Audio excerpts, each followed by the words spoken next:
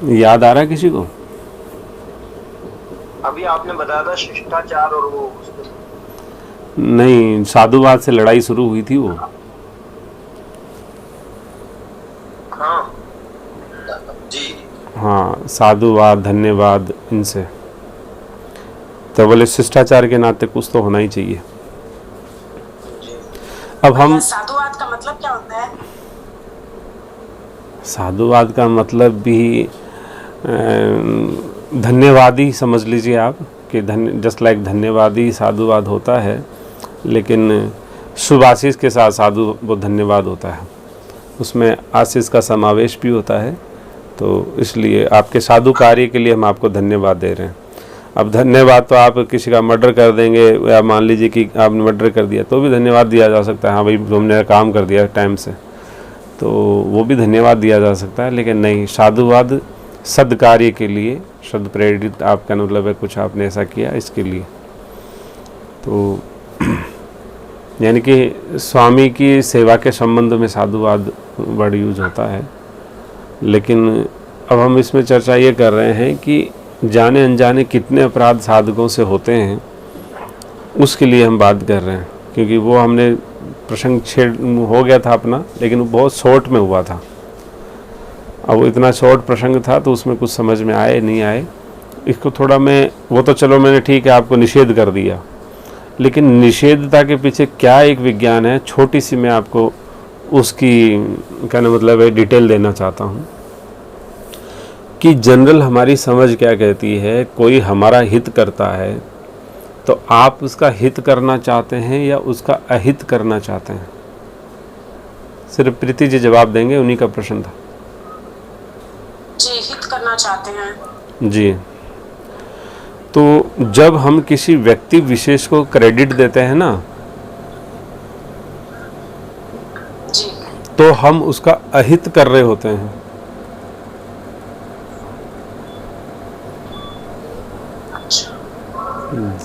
अब आपने मैंने कह तो दिया, लेकिन आप समझे नहीं होंगे। जी भैया, एक्सप्लेन तो करेंगे ही। हाँ, जैसे जीवात्मा और परमात्मा, भक्त और भगवान, सेवक और स्वामी, इनके बीच में सबसे बड़ी बाधा क्या है? वो है अहंकार। क्या मूल बाधा है? अहंकार। अहंकार, मान, ये भी आप कह दीजिए, है ना, ज्ञान। इसको अहम भी बोल सकते हैं क्या? हाँ, अहम अहंकार ही है ना। तो वो अहम, मान, वो जिसको अज्ञान और अहंकार, है ना, मैं जो करता रहता आदमी। तो कहने का तात्पर्य यह है कि जब से हम परमात्मा से, ईश्वर से, आराध्य से, भगवान से, अभिष्ट से अलग हुए हैं, डिटैच हुए हैं, उसकी एक ही कारण है कि हमारे अहंकार ने हमें भगवान से दूर कर दिया। हमारे अहंकार ने हमें भगवान से दूर कर दिया। चाहे वो हमारे को बहुत कुछ जानकारियों का अहंकार हो, बहुत कुछ शक्ति का अहंकार हो, धन का अहंकार हो, जाति का अहंकार हो, मान बड़ाई और प्रतिष्ठा का अहंकार हो, है ना, कुछ भी अहंकार हो सकता है। उस अहंकार की वजह से भगवान ने हमें स्वीकार नहीं किया आज तक। और हमारे आचार्यजन कहते हैं, हमारे गुरुजन कहते हैं कि हमें साधक को अहंकार रहित ही होना है। हमें अपने जीवन से ये मैं मिटाना है, मैं ये करता हूँ, मैं वो करता हूँ, मैं ये करता हूँ, ये कर लूँगा, तो ये मैं मिटाना हमको। अब क्योंकि बहुत लंबे समय से इस अहंकार के बोझ के तले हम दबते आए हैं, इस अज्ञान के बोझ को हम ढोते आए हैं, और पता नहीं कितने कल्प, कितने अनंत, कुछ गिनती नहीं हो सकती उन चीज़ों की, लेकिन हम बहुत लंबे समय से भगवान से दूर हैं। तो इस दूरी का कारण वह अहंकार ही है। तो कोई भी जीवन में ऐसी क्रिया नहीं की जाए अपने जो सत्संगी के साथ में, या अपने साथियों के साथ में, अपने या किसी के भी साथ में नहीं करनी चाहिए। बेचारे दूसरे ने कोई अपराध थोड़ी किया आपका, लेकिन ऐसा कभी भी नहीं करना चाहिए कि जिसकी वजह से उनके इस अहंकार को खुराक मिले, इस अहंकार को खुराक मिले, उनका अज्ञान ज़्यादा फलित हो, वो ज़्यादा वापस से जोर मारने लग जाए, हैं, उनका मैं किसी भी कारण से प्रबल हो, हैं, क्योंकि कुसंग जो है वो स्वाभाविक अपनी ओर आकृष्ट कर लेता है, वो खींच लेता है। इसलिए जाने अनजाने में भी जब हम किसी की मान बढ़ाई प्रतिष्ठा करते हैं तो एक दर्शन का सिद्धांत ये भी कहता है कि वो उसकी प्रतिष्ठा नहीं कर रहे हैं, वो तो उसके अंदर जो है उसकी प्रतिष्ठा कर रहे हैं। अब अंदर और बाहर की स्थिति बेचारे को पता होती तो आज तक वो यहाँ घूम नहीं रहा होता। तो हमारे पास में जो शिष्टाचार है या जो कुछ भी है उसमें ये जरूर ध्यान रखना चाहिए कि इसकी वजह से सामने वाले का हित होगा या अहित होगा। अहित इसलिए होगा क्योंकि प्राय हम जैसे जो कलिमल ग्रसित जो प्राणी हैं उसकी वृत्ति तो कुसंग में ही रहती है, वो कुसंग में ही जीते हैं, कुसंग को ही खाते हैं, कुसंग को ही दिन रात पकाते हैं। तो उनको लगेगा साहब मुझे तो लोग इतना धन्यवाद देने लगे, अब तो मुझे इतने लोग पूजने लगे, अब तो मेरी इतनी बड़ाई हो गई, अब तो मेरी इतनी प्रशंसा हो गई, अब तो मैं बहुत बढ़िया हो गया। तो कहने का मतलब है कदाचित जीव क्योंकि गुणातीत स्थिति में जब तक नहीं पहुंचा और हरि की और महागुरु सदगुरुदेव की करुणा और कृपा नहीं बरकरार पूरी रही तो क्या है कि उसकी एक किसी भी बात पे मति फिसली और उसको नरक के द्वार दिखा सकती है। इसलिए हम सभी साधकों को ये ध्यान रखना चाहिए कि मान कभी भी स्वीकार नहीं करे। मान जो अपने सिर्फ और सिर्फ भगवान के लिए, श्री संत गुरुदेव भगवान के लिए, और इसके अलावा जो ब्राह्मण विप्रवर हैं, आप कोई भी ब्राह्मण हो, कैसा भी ब्राह्मण हो, जिसने ब्राह्मण कुल में जन्म लिया हो, विप्र कुल में जन्म लिया हो, पंडित घर में जन्म लिया हो, चाहे उसका चरित्र और कैरेक्टर कुछ भी हो, हमको उससे कोई लेना देना नहीं है।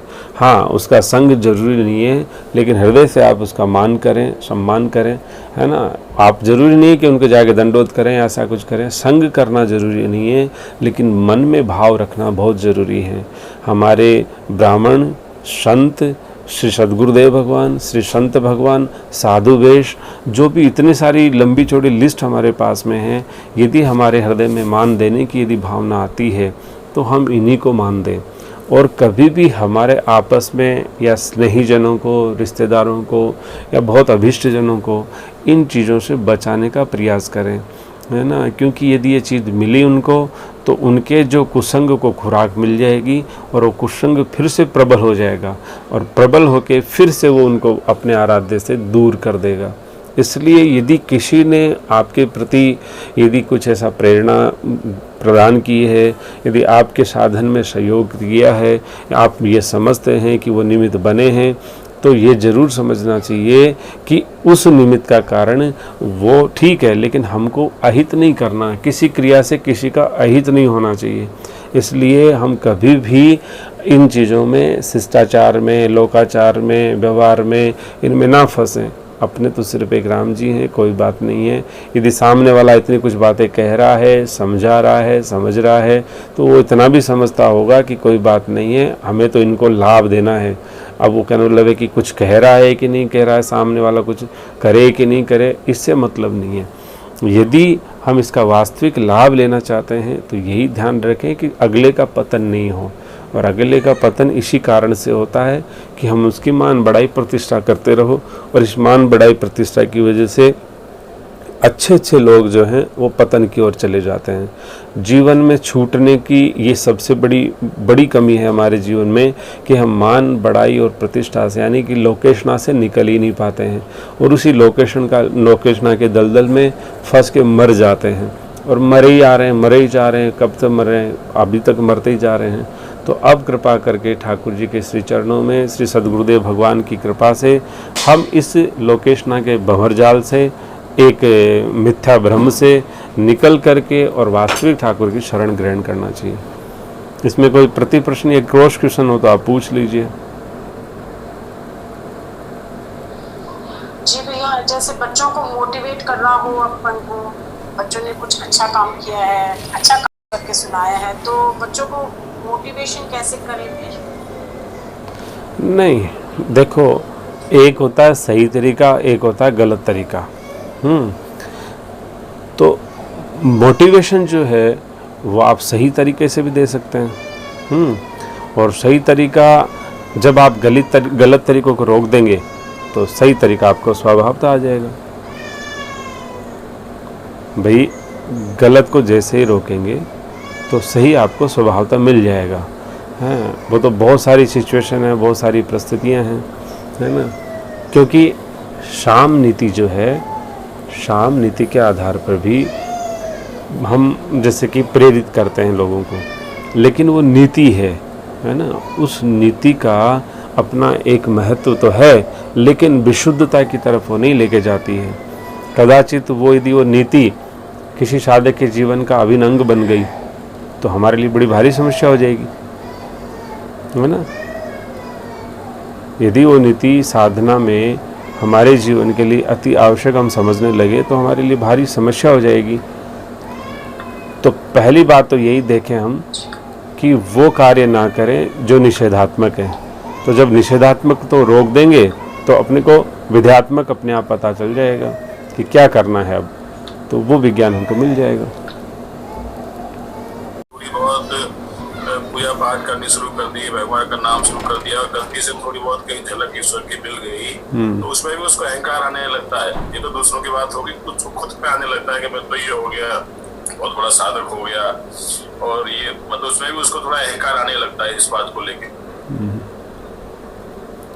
हाँ, वो सात्विक अहंकार है ना। वो ईश्वर का आशीर्वाद, तो उसका आभार समझ के उसको नतमस्तक रहे, उसमें भी अहंकार ना आने दे अपने अंदर। नहीं, वो सात्विक अहंकार है ना भाई। अहंकार तो जीवन में बना ही रहता है। तमोगुणी अहंकार है, राजोगुणी अहंकार है, सात्विक अहंकार है।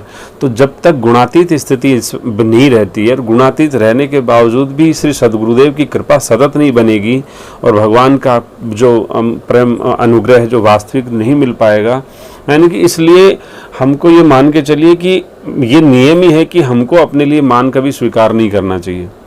हमें हमारे को, क्योंकि इतनी बड़ी कॉम्प्लिकेटेड चीज़ें हैं कि कब तो आप गुणातीत होंगे हैं, कब फिर वो बड़े लंबे कालखंड के लिए ये चीज़ें होंगी, कब आप उस चीज़ को लिए तैयार हो जाएंगे। तो कहना मतलब है कि जब आप ऐसे बनेंगे तो बनेंगे, जब बनेंगे पता नहीं कब बनेंगे। इसलिए हमें इन चीज़ों में पचड़ों में जाना ही नहीं है। अब कोई ठीक है, अपने आप को भी जैसा भी है, ये तो महापुरुष सदगुरु या फिर जो संत या ब्राह्मण जो विप्रवर्ग बेचारे वो कर सकते हैं इसका कार्यक्रम। हमें ये समझ में नहीं आता और ना हमारे को पता है। हमारे तो जो आचार्य वरों की जो आज्ञा है, जो हमारे श्री महाप्रभु जी की आज्ञा है, तृणादि पेन सुनी चैन, हमें तो उस स्थिति का पालन करना चाहिए। अमान न मान दे, जो हमारा अपमान करता है, जो हमारे के अंदर जो अवगुण दिखाता है, जिसकी चर्चा हम कई दिनों से किए थे, इसके मतलब है उसको हमें मान देना है कि आप वास्तव में हमारी हितैषी हैं। आपने तो आज तक हमने तो पता ही नहीं चला और हमारे लोगों ने किसी ने बताया भी नहीं, और इसलिए आप हमारे वास्तविक हितैषी हैं, तो वो मान का अधिकारी है। लेकिन समस्या क्या है कि जिसको मान देना चाहिए उसको तो हम मान नहीं देते हैं, उसका तो अपमान करना चाहते हैं कदम कदम पर, और जिसको मान नहीं देना चाहिए उसको हम मान देना चाहते हैं। तो उल्टा करा है थोड़ा सा। इसलिए अब हम तो बार बार कहते हैं, आज से नहीं बरसों से कहते हैं कि ब्राह्मण का सम्मान करो भैया, ब्राह्मण का सम्मान करो। ये ब्राह्मण जो है ये प्रत्यक्ष परमात्मा का यहाँ पे श्री विग्रह ही है, समझो हैं। गोमाता है, ब्राह्मण है, ये साधु संत है। कोई कहते हैं भेष को थोड़ी करेंगे, अरे भेष वो साधु ही तो है, वो भेष आप उसको क्या समझते हो? तो भेष को मात्र को प्रणाम करो। कई भक्तमाल में तो ऐसे ऐसे प्रसंग आते हैं, यदि वो यानी कि साधु की व्याख्या उन्होंने अपनी अपनी महापुरुषों ने रची है। गधे को तिलक धारण करने के बाद गधे को भी दंडोत प्रणाम कर रहे हैं। तो कहने का मतलब है कि भगवान तो सब जगह ही है, लेकिन यदि आपने भावना कितनी विस्तार दी है, भावना का विस्तार कितना बड़ा किया है, उसके ऊपर निर्भर करता है क्या उसका परिणाम कैसा निकलेगा। ये बात सही है, लेकिन अपने ये नियम बना लो कि किसी भी अपने स्नेहीजन को या सत्संगी को या जो हमारे सहायक है इनको तो कम से कम मान देना नहीं चाहिए आपको। यदि आपके हृदय में है वो तो बोलना भी नहीं चाहिए, और हृदय की भावना भी है तो उसको परमात्मा की ओर लगाना चाहिए। रही बात बच्चों को प्रेरित करने की, तो बच्चों को प्रेरित करने के लिए तो बहुत सारी चीज़ें हैं। मान लीजिए आपने कहा श्री हनुमान चालीसा करो बेटा, इससे देखो शक्ति आती है बेटा, हैं। बच्चे ने 5-10 दिन किया तो बच्चे को लगे, या एक दिन भी किया तो देखो तुम्हारे चेहरे पे तो बहुत तेज़ दिख रहा है, तुम्हारे तो ये चीज़ है, तुम्हारे तो देखो ये आदत बदल रही है। तो निसंदेह है अब वो तेज आपको दिख नहीं रहा है ना, वो तेज आपको दिख नहीं रहा है, लेकिन वो ज़रूर हुआ है उनकी उपासना से, प्रार्थना से, भगवान श्री हनुमान लाल जी के शरण जाने से निसंदेह उनको तेज मिला है। अब वो तेज आपको दिख नहीं रहा है, लेकिन आप कह सकते हैं तो सच्ची बात कहिए, तो बच्चा ये देखेगा अच्छा तेज चाहिए, शक्ति चाहिए, ताकत चाहिए, बुद्धि चाहिए, बल चाहिए, तो श्री हनुमान जी महाराज जी की उपासना साधना करनी चाहिए। तो तेज हमको कब मिलेगा? जब हमारा जीवन आराधना में होगा, जब भी मिलेगा। जब हम साधना में जाएंगे तभी हमको साधे की प्रकाश मिलेगी। तो हमें करना यही चाहिए कि बच्चों को भी यदि प्रेरित करना है तो बाल्यकाल से ही उनको सही गाइड करें। यदि आपने उसकी आदत नीति की पटक दी है, नीति की आदत उसकी पड़ गई, आदत लग गई अब उस चीज़ की, अब ये तो सबसे बड़ा कहने मतलब है कि जो नशा होता है, किसी को मान का नशा है, उसको तो भाई दुनिया लुट जाती है मान के चक्कर में, हैं। आप किसी को कुछ भी करवा लो, छोटी सी चीज़ देखें, लोग कहते हैं कि साहब हमको कुछ अनैतिक कार्य कराना पड़ता है किसी अधिकारी के साथ बैठ के, और कुछ भी मत करो, एक दारू की बोतल दे देते हैं, बस इसी काम बन जाता है। तो कहना मतलब है कि ये चीज़ें कुछ बकवास है, कोई बात नहीं है। कई आपने देखा होगा कि थोड़ी सी हवा भर दो कि और अब आपके राज में ऐसे हो रहा है, बस पूछो मत, तलवारें चल जाती हैं। तो ये तो बेवकूफ़ी के काम हैं।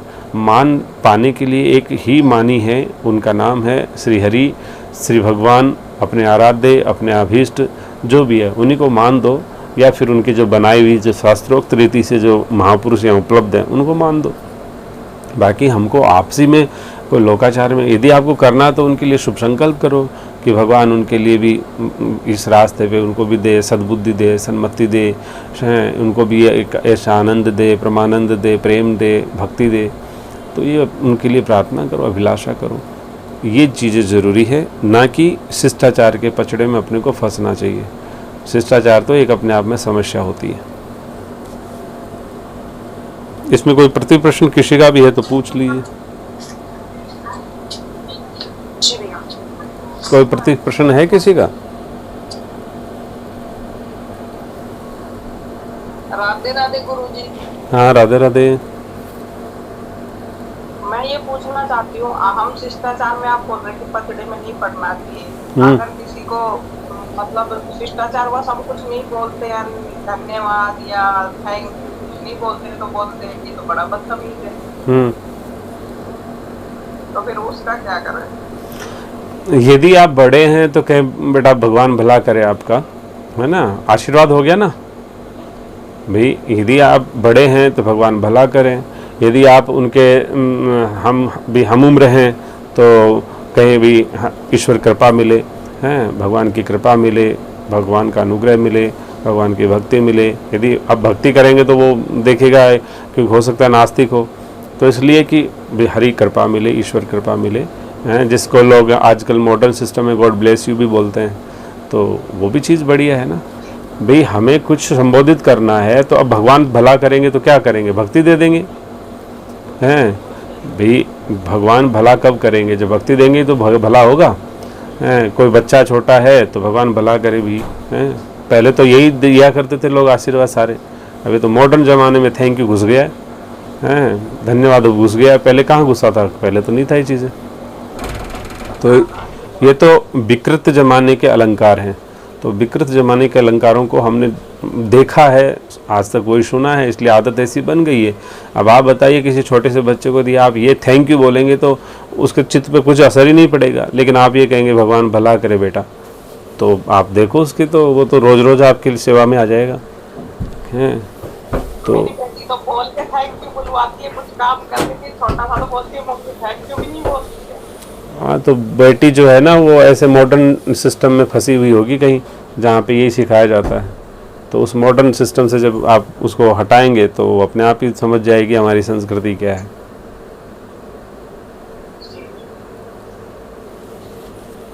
राधे राधे। हाँ राधे राधे।